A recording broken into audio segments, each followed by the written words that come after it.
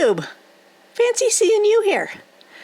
Hi, it's Peg at the History Shelf. You know me. So, as you can tell by the title of this video, yeah, I'm just laying it all out there for you guys. I was sick in December and I was feeling a little sorry for myself. And when it's close to the holidays and you're sick and you're just wanting something to take the pain away, you go on a bender. Since I don't drink anymore, this was a book buying bender. And I think I broke the bank. Yeah. I went a little crazy in December, you guys. I didn't have a lot of energy to read, but I had enough energy to flip open my phone and scroll and look at my favorite book buying places. So this video won't contain all of the books that I bought in the month of December, but it's a start. I have at least 2 Hamilton book hauls to film yet. And then also 2 book outlet book hauls. But those are going to be in a separate video. These were books I purchased mostly, well, a few different places, but mostly I think I was checking out the book sales on Amazon, and they had a bunch of coupons you could clip on new books that made them very affordable. And I was treating myself. What can I say? I was my own Santa Claus. Yeah, I don't ask for books for Christmas. Obviously, I don't need to. And anyway, if anyone wanted to buy me a book, they would have to ask me if I already have it. Because, as you can see, I have thousands of books in my library. So, oh, but I will show you in another video some of the cool gifts that Martine got me that are history related. Shoot, yeah, they're still downstairs under the tree. Have not taken the tree down yet. We're waiting until, I guess, this weekend, right? Because Epiphany is coming up in a couple days. All right, so there's no rhyme or reason.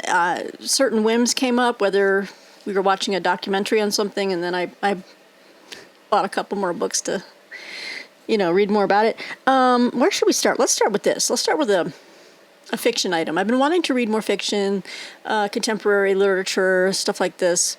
But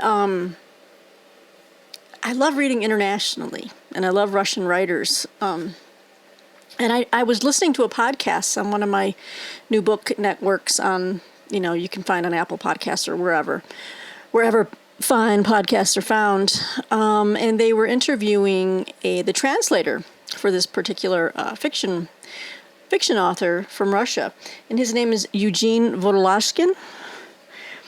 And she was talking about one book in particular, or I think she was just talking about her work translating his work, and what she obviously she knows a lot about this man and his writing styles, and anyway. So I started looking at, the corpus of his work, and it sounded really intriguing. In his best-known book, and this is the one I think I might have shown these other 2 in a previous book. I'm just going to show you the book I bought right now, though, but I'll show you the other 2 that I already have of his. I think I want to start with this one, though. He's most well-known for this book. It is Loris by Eugene Vodolazkin. It's a really nice edition by One World. This was super cheap on Amazon. But I wanted this one. I wanted to start with this one. I probably won't read all of the different descriptions on these books, but it says here, 15th century Russia. It is a time of plague and pestilence, and a young healer, skilled in the art of herbs and remedies, finds himself overcome with grief and guilt when he fails to save the life of his beloved. Leaving behind his village, his possessions, and his name, he sets out on a quest for redemption, penniless and alone. But this is no ordinary journey. Wandering across plague-ridden Europe, offering his healing powers to all in need, he travels through ages and countries, encountering a rich tapestry of wayfarers along the way. Accosted by highwaymen, lynched in the Balkans, and washed overboard at sea, he eventually reaches Jerusalem, only to find his greatest challenge is yet to come. So that's the kind of fiction I really enjoy. Kind of, just historical, and Orsini's journey. All right, so these I bought used new, but they're in great condition. Also published by One World, and these are his other novels that just also the premises sounded just intriguing as all get out. So I picked up The Aviator. It's a nice stark cover. It's been translated into more than 14 languages. I didn't mention the name of the translator. Well, that is horrible on me, because she was such a gracious lady on that podcast that I listened to. They should have this on the cover of the book, but they don't. Yes. Translated from the Russian by Lisa C. Hayden. Hayden. So Lisa Hayden. And they should have her name on these covers. She's done all of his works, these two books that I'm just going to show you. Lisa C. Hayden. So we have The Aviator. I picked that up in hardcover. Great edition.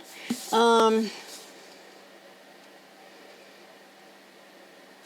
the heck? I'll just read to you real quick what this is about. It's real brief. A man wakes up in a hospital bed with no idea who he is or how he came to be there. The only information the doctor shares with him is his name, Innokenty Petrovich Platonov.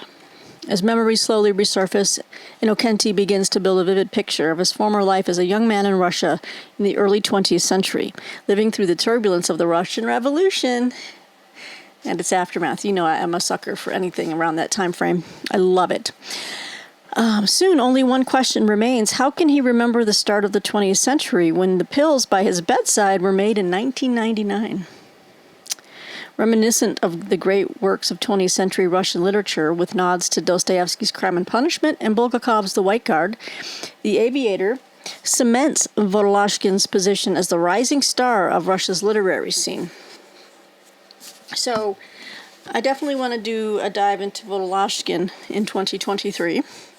And so the other book I picked up by him is Solovyov and Lyrionov. Been shortlisted by a lot of different times for different Russian awards, translated numerous times. This one sounded great as well. So it says here it's a groundbreaking and gripping literary detective novel.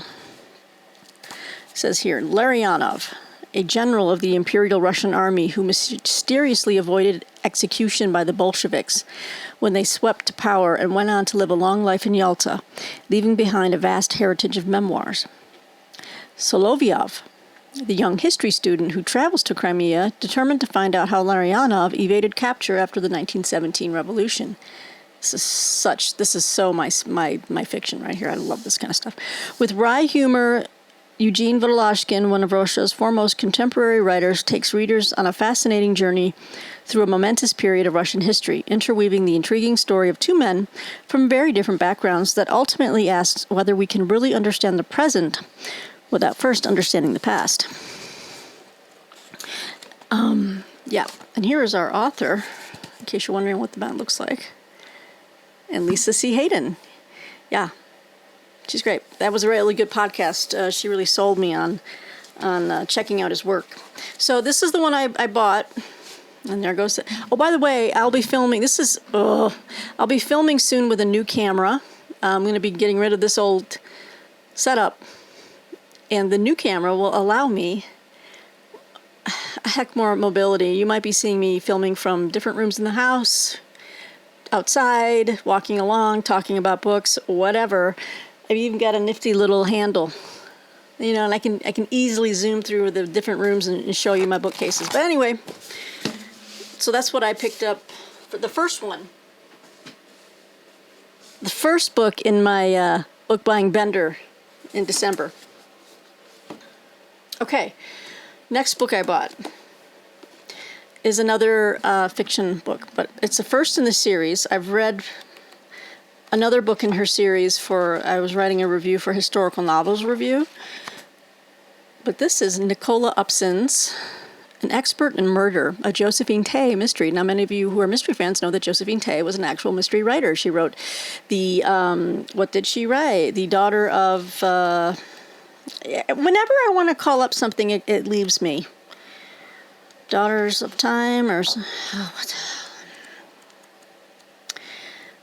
that's okay. We're going to press forward. But in this series, Nicola Upson makes Josephine Tey an actual character who helps solve murders.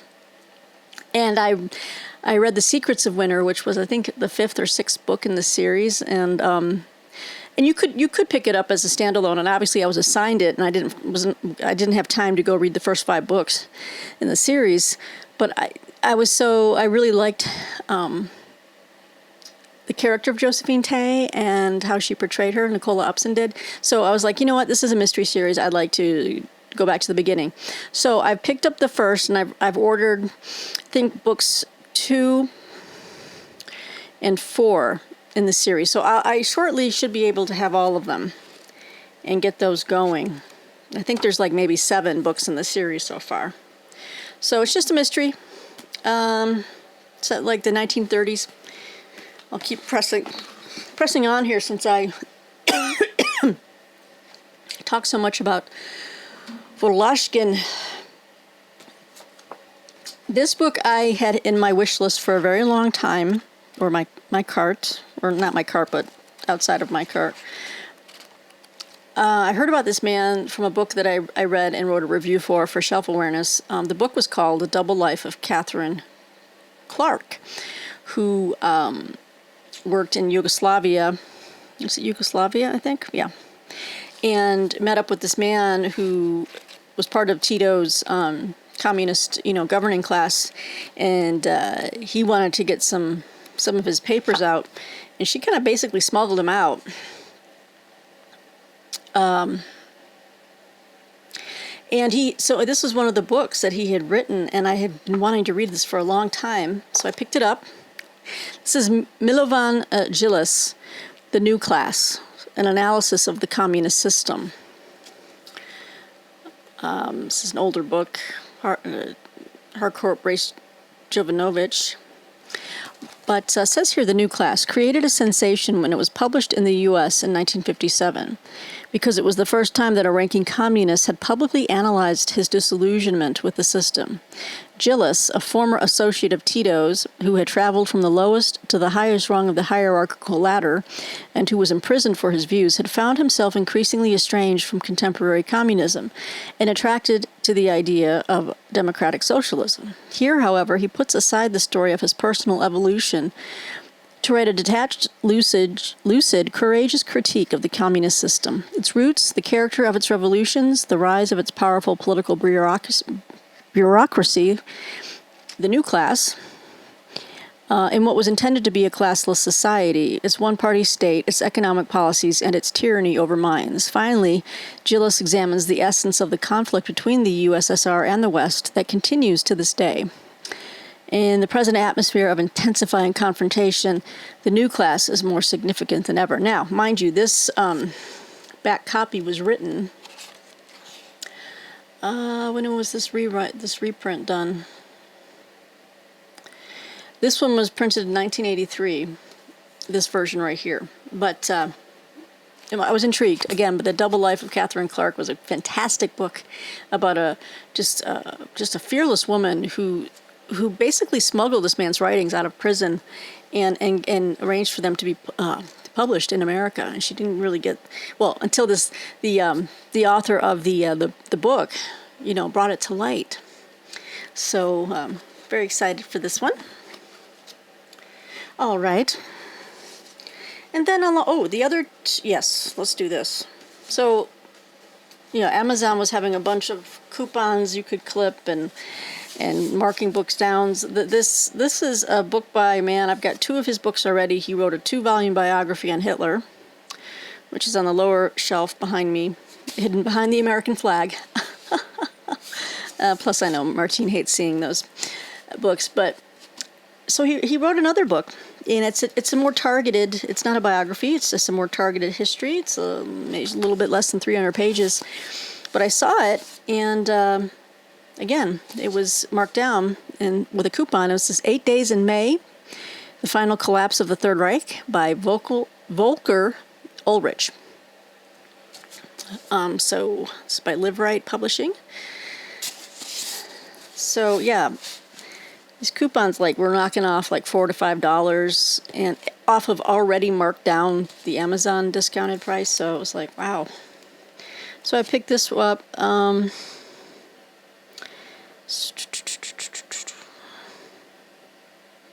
just give you a brief synopsis. In 8 Days in May, award-winning historian and Hitler biographer Volker Ulrich draws on an astonishing variety of sources, including diaries and letters of ordinary Germans, to narrate a society's descent into Hobbesian chaos. I like that description, Hobbesian chaos. Oh God, going to be kind of a dark read here. Throughout the remains of the Third Reich, huge numbers of people were on the move, creating a surrealistic tableau. Death marches of concentration camp inmates crossed paths with retreating Wehrmacht soldiers and groups of refugees. Wow. Ooh, a taut, propulsive narrative. 8 Days in May takes us inside the phantom-like regime of Hitler's chosen successor, who was Admiral Karl Donitz, who I have some books on, revealing how the desperate attempt to impose order utterly failed as frontline soldiers deserted and Nazi Party fanatics called on German civilians to martyr themselves in a last stand against encroaching Allied forces. I don't know why I can't really speak today. I'm not quite sure. Ooh, I did not know this man had such a beautiful head of hair. Look at that. He was the most interesting man in the world. Volker, rocking that nice white Santa hair. All right. And what else did I pamper myself with when I was just feeling so sorry for myself? I'll just, whatever. This one I had in my cart for a while, and I really wanted a new edition and not a beat-up used copy from Thrift Books, so I just was waiting, and it got marked down even further. This is a nice trade softcover edition of this book by Simon Schama, The Embarrassment of Riches, an Interpretation of Dutch Culture in the Golden Age. I know my friend John David picked this up recently, and I already had it in my cart when he showed it, and I was like, I plan on getting this. Just waiting for the right time. It is richly, there's so many. It's just, I like books that really just mix it up. Okay, I mean, you could flip through here, and there's tons of it, guys. Look at all the illustrations. Get in there. Love it. Love it. So what is this about? It says here, at the apogee of its powers in the 17th century, Holland was a tiny island of prosperity in a sea of want. Its homes were well furnished and fanatically clean. Its citizens feasted on 100-course banquets and speculated fortunes on new varieties of tulip, as you do. Yet in the midst of plenty, the Dutch were ill at ease. In this brilliantly innovative book, which launched his reputation as one of our most perspicacious and stylish historians, Simon Schama explores the mysterious contradictions of a nation that invented itself from the ground up, attained an unprecedented level of affluence, and lived in a constant dread of being corrupted by its happiness.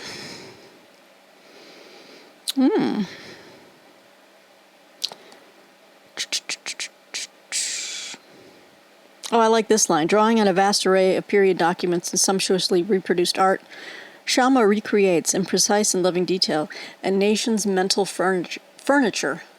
Isn't that a great way to describe it? I'm moving my desk around. Okay. He tells of bloody uprisings and beached whales, of the cult of hygiene and the plague of tobacco, of thrifty housewives and profligate tulip speculators. There they go again. You got to keep your eye on those tulip speculators. He tells us how the Dutch celebrated themselves and how they were slandered by their enemies. This book throbs with life on every page, baby. Now that's book jacket copy. I like that. All right, so that's another one I treated myself to. What else can I show you? Yes.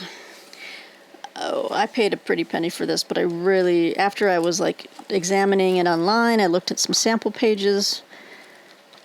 Ooh, did I want it? So I bought it.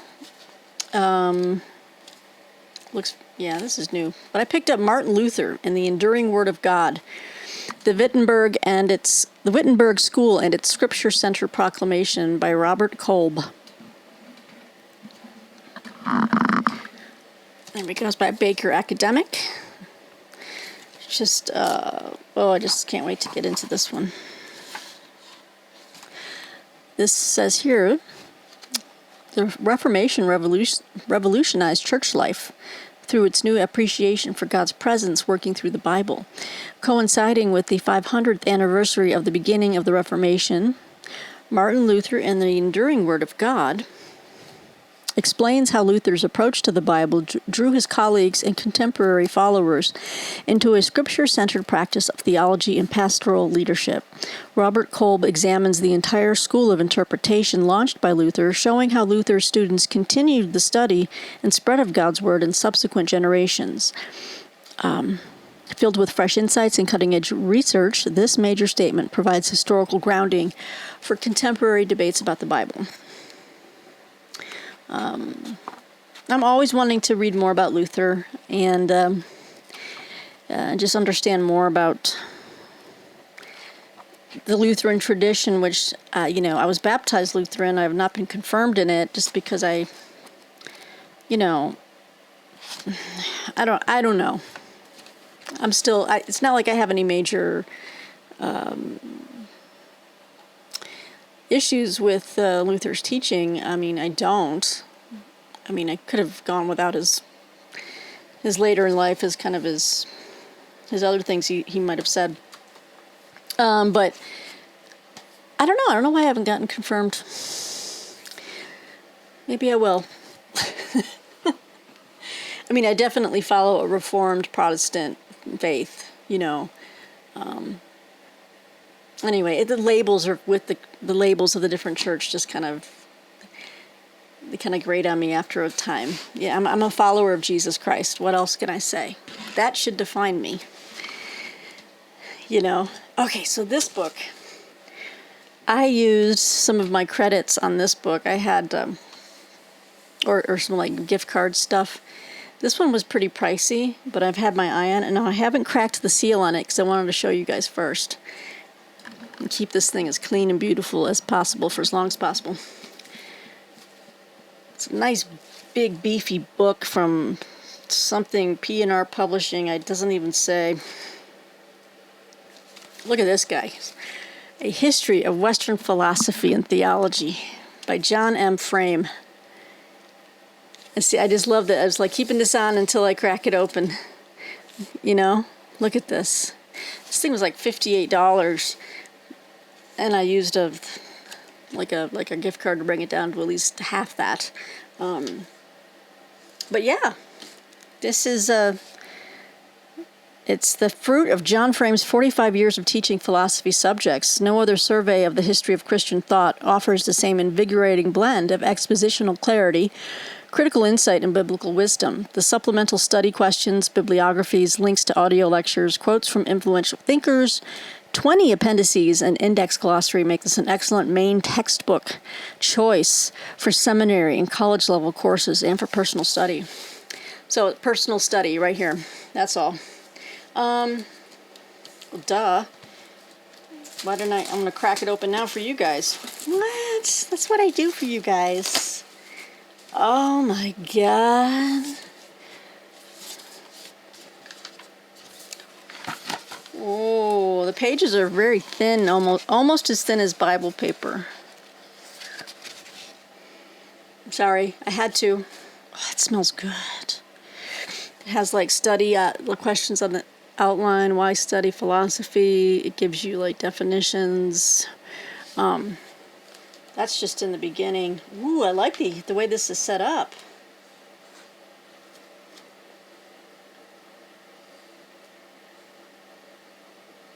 Ooh, they're really getting into it. Carl Jaspers.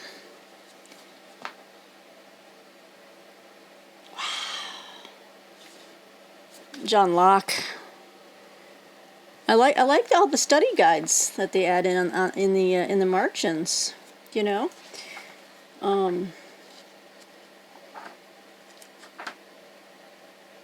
This is great. What a treasure, what a treat. And indeed, I treated myself. So, A History of Western Philosophy and Theology. All right. What else did I get for myself? Well, oh. So I've been wanting to get this book, and I kept waiting for the price to drop in Amazon because it's not showing up yet as being marked down in any of my bargain book outlets like Hamilton or Book Outlet. And then they had a coupon. You could clip the coupon for this book and bring it down to like $14. So I finally said, yes, please, because I love this historian. It's Andrew Roberts, and I don't have this one yet. It's The Last King of America, The Misunderstood Reign of George III. I have his Churchill. I think I have his Napoleon. I think I do. But look at this. This is a doorstopper. I love it. I love a guy. He just cranks out these big ass books. And I just love it. So I wanted this, and I got it, and so Merry Christmas to me. So yeah, it's the book on King George III. I don't think I need to read this to you because I've got a few more books to show you. So let's press on. So I picked that one up for myself as well, brand new. This one. Probably should have kept this with the other ones because it's kind of theologically related. Another one I've been wanting for a very long time. This is from IVP Academic, and this is Louis Markos, From Achilles to Christ, Why Christians Should Read the Pagan Classics. And the Iliad is one of my favorite. I guess you'd call it the pagan classic. Yes, this one I've been really wanting, and it's not cheap. I mean, it doesn't get marked down because I just think it's one of a kind. It says here, and From Achilles to Christ, Louis Markos introduces readers to the great narratives of classical mythology from a Christian perspective. From the battles of Achilles and the adventures of Odysseus to the feats of Hercules and the trials of Aeneas, Markos demonstrates how the characters, themes, and symbols within these myths both foreshadow and find their fulfillment in the story of Jesus Christ, the, quote, myth made fact, end quote. Along the way, he dispels misplaced fears about the dangers of reading classical literature and offers a Christian approach to the appropriation and interpretation of these great literary works.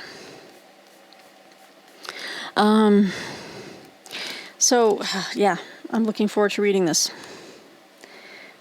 He has a part 1 here on Homer, and he covers Hesiod's Theogony, Iliad, Odyssey, and then part 2 we go into the Greek tragedians, so Aeschylus, Sophocles, Euripides, and part 3 Virgil, obviously the Aeneid.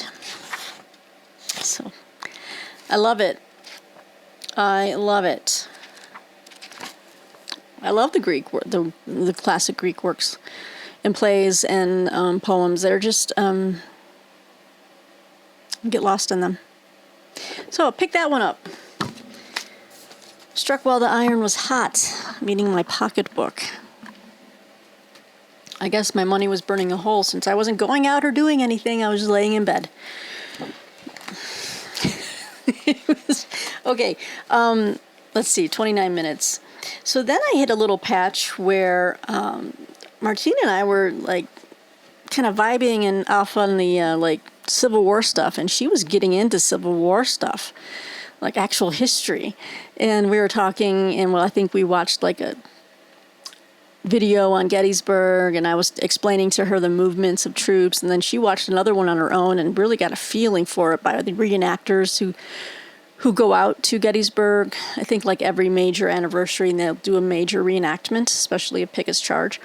Anyway, so as we were talking, I was just kind of browsing books about a brigade that I've always wanted to read more about. I've read tons of they're referenced in so many different Civil War books I've read over the years. But I wanted to read a more targeted history on the Iron Brigade. And so I picked up Alan T. Nolan's classic, The Iron Brigade, oh my God, The Iron Brigade, A Military History. I don't know if I'm stroking out or what. I don't think I am, but geez. Foreword by Gary W. Gallagher. Many of us know that name in the history or Civil War history circles. This book has been around for a while, and he wrote it in 1961. I might have read it when I was a kid. Not a kid, maybe like 15 or something, but I don't recall it. So I really wanted to get this again and check it out. It's always good to have a new copy anyway. But and maybe I haven't read it. I could be totally misremembering. But the Iron Brigade had one of the Michigan regiments that I loved, and they have got such a great fighting record.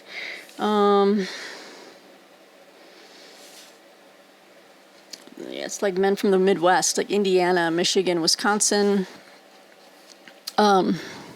24th Michigan Volunteers. That's the brigade I was referencing.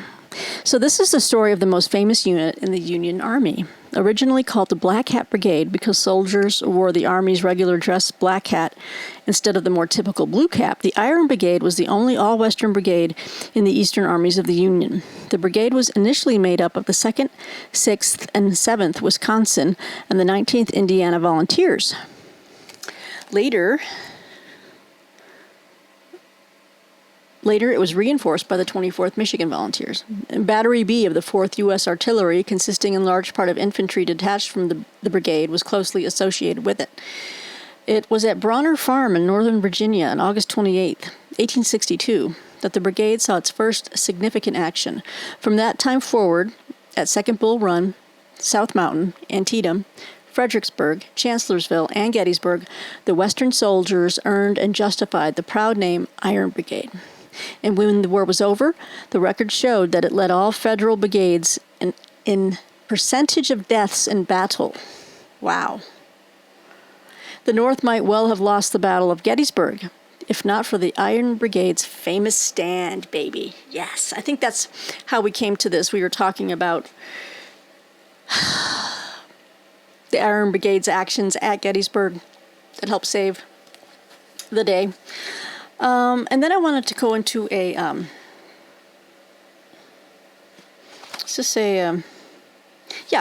memoir by one of the more well-known officers within the Iron Brigade, and that is Rufus R. Dawes. So I picked up an officer in the Iron Brigade, Rufus R. Dawes. So this is his memoir.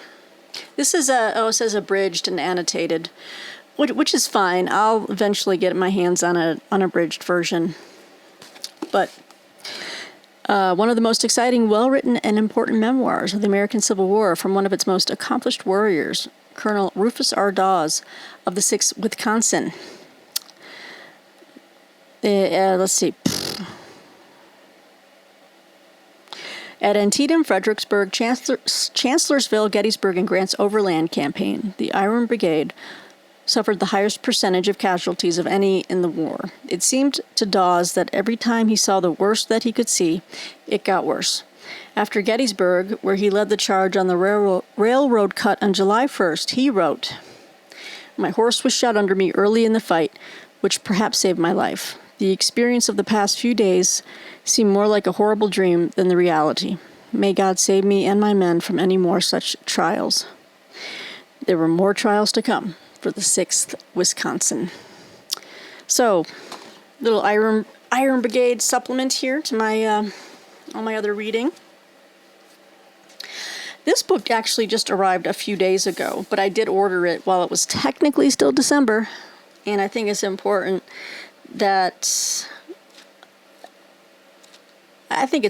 that we should all have this. And what is it? Yep. Fresh off the ready. It's been printed different varieties, different publishers. This is Celadon Press, and I wanted this version because it's prefaced by David Remnick, and I like his writing. Yep, so it's the report of the Select Committee to investigate the January 6th attack on the United States Capitol.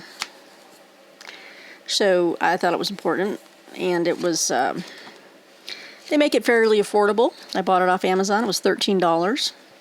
I think others could be 10. Other versions are like 16 or 17, but if you really just want to have a good copy that's not, going to break the bank, this one was a good one.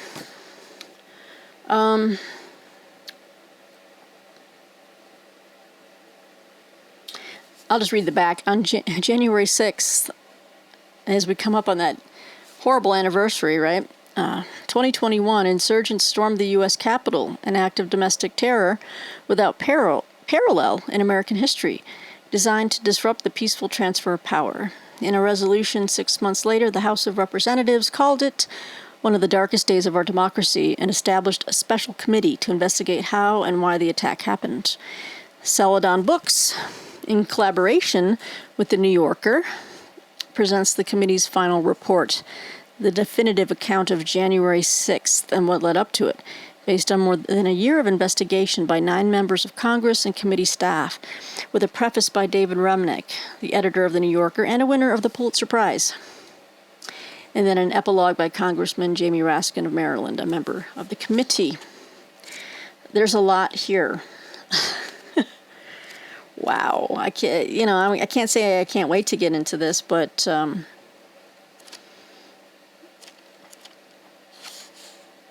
executive summary, and then you've got pages of just notes within notes within notes, all these links and stuff. So I mean, it's beefy.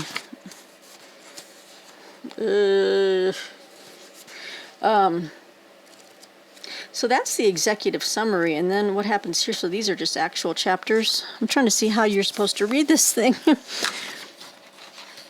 Oh, I see.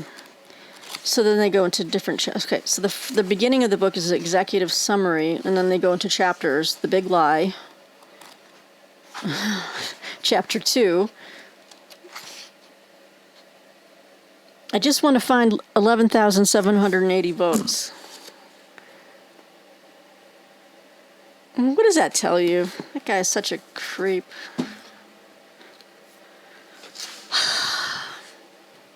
Anyway, doing my due diligence as an American citizen, I should tap into that and read that report. So guys, that's what I'm willing to show you right now from my December book buying bender. I feel like I should make another video about my January book hangover. But what would that look like? Because, oh, I know what it should be. January book, Hair of the Dog, that bitch ya. But no, I do need to slow down on the book purchases. I went a little crazy the last few months. I think it was retail therapy. But if I don't stop soon, Martine is going to, and I will also check myself into the book version of the Betty Ford Clinic. Yeah. I've got some great ideas for the channel as far as where I want it to go in reading my library. So I have a new series I want to start, and I might start it in league with Historathon that's going on right now. But just a wild idea that I have, which I think I might call it reading my library, reading the history shelf. And each month I will either by lottery or closing my eyes, being spun around and going to a bookshelf and picking a book off. That's the book I'll be reading from my library that month. It's got to happen. It's got to happen. Yeah, but am I never going to buy another book again? No. I will. But I went a little crazy. I went a little overboard, and I just went and dropped off some books today to give away, and I need to give out more. So All right, guys. Well, let me know what you think of a little taste of my my pity party book buying bender in December. And all rhymes. Okay, BookTube. Hope you enjoyed the video. Thanks for watching. Thanks for liking if you do. Hey, thanks for not liking it. You know what? You're engaging with the channel. With every thumbs down. It's an engagement. That's fine. You know what I'm saying? So thanks for liking. Thanks for commenting. Thanks for subscribing. And I'll always be here to show you what's new and upcoming, what's back on the backlist, and what I'm reading. And yeah, I think that's about all I can say for right now. I think I need to drink some water because I might be stroking out because I cannot string together a sentence. Anyway, guys, with that, I will leave you there. See you later, BookTube.